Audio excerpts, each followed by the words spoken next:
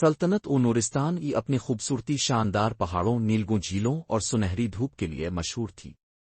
یہاں کا ہر باشندہ خوشحال تھا کیونکہ اس سلطنت پر ایک نیک دل بادشاہ حکومت کرتا تھا اور اس کی بیٹی شہزادی سلم رعایا کی جان تھی۔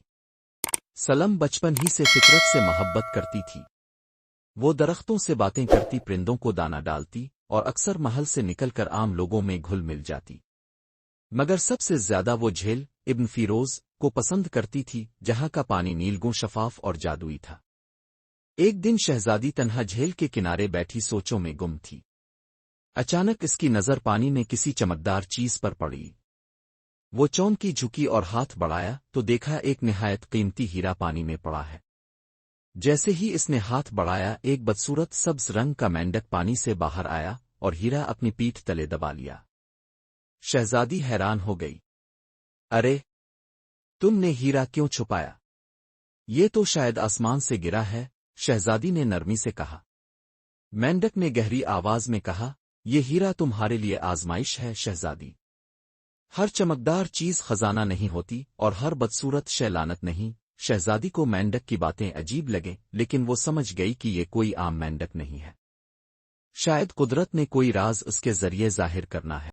اسی لمحے بادل گرجے ہوا کا زور بڑھا اور آسمان پر کالا دھواں چھا گیا۔ ایک خوفناک قہقہا گونجا۔ جھیل کے پیچھے والے گھنے جنگل سے ایک لمبی ناک، جھریوں بھرا چہرہ اور جھاڑوں پر سوار ایک چڑیل نمودار ہوئی۔ وہ ظالمہ تھی، جنگل کی چڑیل جو صدیوں سے اس جھیل پر قبضے کی خواہش رکھتی تھی۔ وہ شہزادی سلم، تم نے میرے ہیرا کو چھونے کی جرات کی، ظالمہ چیخی۔ شہزادی پیچھے ہٹی مگر وہ ڈری نہیں۔ اگر یہ ہیرا تمہارا تھا تو جھیل میں کیوں چھوڑا؟ ظالمہ نے جادوئی چھڑی گھمائی اور ہیرا اچانک غائب ہو گیا۔ جھیل کا پانی سیاہ ہو گیا اور مینڈک بھی غائب ہو گیا۔ یہ ہیرا تمہارے لیے ایک سبق ہے شہزادی۔ یہ طاقتور ہے مگر صرف وہی اسے پا سکتا ہے جو سب سے بڑی قربانی دے۔ یہ کہہ کر ظالمہ غائب ہو گئی۔ شہزادی ساکت کھڑی تھی۔ وہ نہیں جانتی تھی کہ اب کیا کرنا ہے، لیکن اس کے دل میں ایک آواز گونجی، سب سے بڑی قربانی۔ کیا یہ میری آزمائش ہے؟ وہ محل واپس چلی گئی مگر اس رات نیند نہ آئی۔ مینڈک، ہیرا اور چڑیل سب خواب کی طرح لگ رہا تھا مگر دل کہہ رہا تھا کہ سب سچ تھا۔ اگلی صبح وہ ایک بزرگ درویش کے پاس گئی جو محل کے قریب ایک درخت کے نیچے بیٹھا رہتا تھا۔ شہزادی نے ساری کہانی سنائی۔ درویش نے آنکھیں بند کیں اور کہا، تمہاری راہ مقدر سے جڑی ہے۔ وہ مینڈک ایک شہزادہ ہے جسے چڑیل نے ہی اس ہیرا کی وجہ سے سزا دی ہے۔ اگر تم سچ، صبر اور قربانی کے ساتھ چلو گی تو نہ صرف ہیرا ملے گا بلکہ نورستان کی قسمت بھی بدل جائے گی۔ شہزادی نے عزم سے سر ہلایا۔ شہزادی سلم نے درویش کی باتوں کو دل سے لگا لیا۔ اس نے فیصلہ کر لیا کہ وہ ہر قیمت پر ہیرا تلاش کرے گی، مینڈک کی حقیقت جانے گی اور نورستان کو ظالمہ کی نحوست سے بچائے گی۔ اگلی صبح وہ خفیہ طور پر محل سے روانہ ہو گئی، صرف اپنے اعتماد، علم اور نیت کی سچائی کے ساتھ۔ جیسے ہی وہ جھیل سے آگے گھنے جنگل میں داخل ہوئی، درختوں کی سرگوشیاں، پرندوں کے پراسرار نغمے اور پتوں کی سرسراہٹ نے ایک عجیب ماحول بنا دیا۔ اسے یوں لگ رہا تھا جیسے قدرت اس کے سفر کا مشاہدہ کر رہی ہو۔ چلتے چلتے اسے ایک درخت کے نیچے وہی مینڈک نظر آیا۔ تم؟ سلم خوش ہو کر بولی، میں تمہیں ڈھونڈ رہی تھی۔ مینڈک نے آہستگی سے سر جھکایا۔ شہزادی، تم آ گئی؟ تم نے مجھے تلاش کر کے پہلا دروازہ کھول دیا ہے، مگر ابھی راستہ طویل ہے۔ تم کون ہو اور یہ ہیرا کیا ہے؟ سلم نے پوچھا۔ مینڈک نے ایک ٹھنڈی سانس لی۔ میرا نام شہزادہ فیروز ہے۔ میں دور کی سلطنت زمرد نگر کا وارث تھا۔ سالوں پہلے ظالمہ نے ہماری سلطنت پر حملہ کیا۔ میں نے ایک جادوئی ہیرا چرا کر اسے روکنے کی کوشش کی مگر وہی ہیرا میری سزا بن گیا۔ ظالمہ نے مجھے مینڈک بنا دیا اور ہیرا نہیں اب تم ہو، مینڈک نے نرمی سے کہا۔ تمہاری نیت، تمہارا دل اور تمہاری قربانی ہی اس ہیرے کو جگا سکتی ہے، مگر چڑیل کو کیسے شکست دی جائے گی؟ سلم نے فکر مندی سے پوچھا۔ مینڈک نے ایک ننھی سی مٹی کی بوتل اسے دی۔ یہ جنگل کی راہوی کا پانی ہے، اس سے تم اپنے دل کو صاف رکھ سکتی ہو، مگر یاد رکھنا، جیتنے کے لیے تمہیں وہ قربانی دینی ہوگی جو سب سے زیادہ قیمتی ہو۔ یہ کہہ کر مینڈک دوبارہ پانی میں چھپ گیا۔ سلم آگے بڑھی۔ راستے میں اسے ایک بوڑھی عورت ملی جس نے کھانے کو کچھ نہ دیا لیکن ایک پرانا آئینہ دے دیا۔ یہ آئینہ تمہیں تمہاری اصل دکھائے گا، مگر صرف اسے جو سچ برداشت کر سکے۔ ایک شہزادی نے آئینہ سنبھالا اور سفر جاری رکھا۔ آگے چل کر وہ ایک خشک درخت کے پاس پہنچی جس کے نیچے چڑیل ظالمہ کھڑی تھی۔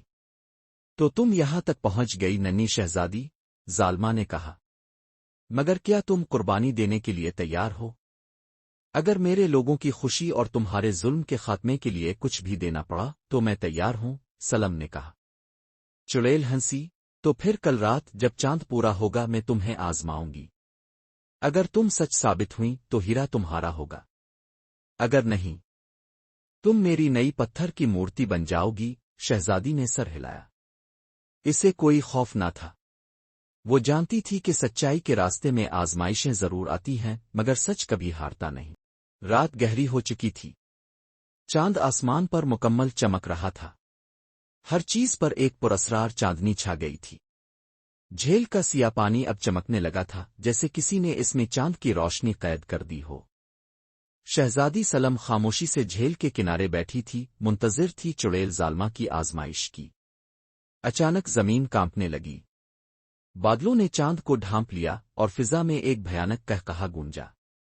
ظالمہ جھاڑوں پر سوار نمودار ہوئی، اس کے ساتھ اس کے بھیانک پرندے، اژدہے اور سائے بھی تھے۔ تو ننھی شہزادی، تم نے وعدہ نبھایا۔ اب وقت ہے سب سے بڑی قربانی کا۔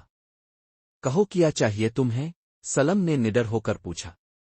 ظالمہ نے ایک شیشے کی گیند نکالی جس میں شہزادہ فیروز کا عکس نظر آ رہا تھا۔ وہ ابھی تک مینڈک کی صورت میں قید تھا۔ اگر تم چاہتی ہو کہ یہ ہیرا دوبارہ ظاہر ہو، اگر تم چاہتی ہو کہ نورستان بچ جائے، تو تمہیں اپنی یادداشت قربان کرنی ہوگی۔ اپنی پہچان، اپنا ماضی، سب بھولنا ہوگا، او ظالمہ نے کہا۔ شہزادی ساکت رہ گئی۔ اپنی یادداشت؟ یعنی ماں باپ، بچپن، رعایا، خواب، سب کچھ؟ مگر دل سے آواز آئی، محبت قربانی مانگتی ہے۔ سلم نے کہا، میں تیار ہوں۔ او ظالمہ نے جادوئی چھڑی گھمائی۔ آسمان پر چاند کی روشنی ایک کرن بن کر جھیل پر گری۔ جھیل کا پانی نیلا ہو گیا اور وہی ہیرا پانی سے ابھرا۔ مینڈک بھی واپس آیا اور اس کی آنکھوں میں نمی تھی۔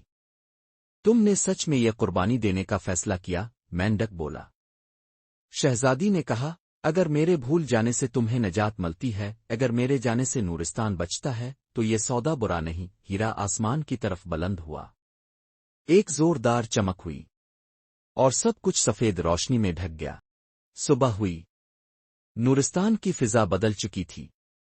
جھیل نیلی تھی، پرندے نغمے گا رہے تھے اور چڑیل ظالمہ پتھر بن چکی تھی۔ ہیرا جھیل کے کنارے چمک رہا تھا۔ لوگ جمع ہو گئے، خوشیاں منانے لگے، مگر شہزادی کہیں نظر نہ آ رہی تھی۔ تب ایک خوبصورت اجنبی لڑکی جھیل کے قریب آئی۔ وہ مسکرا رہی تھی لیکن اس کی آنکھوں میں ایک خالی پن تھا۔ شہزادہ فیروز، جو اب اپنے اصل روپ میں تھا، اس کے پاس آیا۔ تم مجھے یاد نہیں مگر تم میری روح میں ہو، اس نے آہستہ کہا۔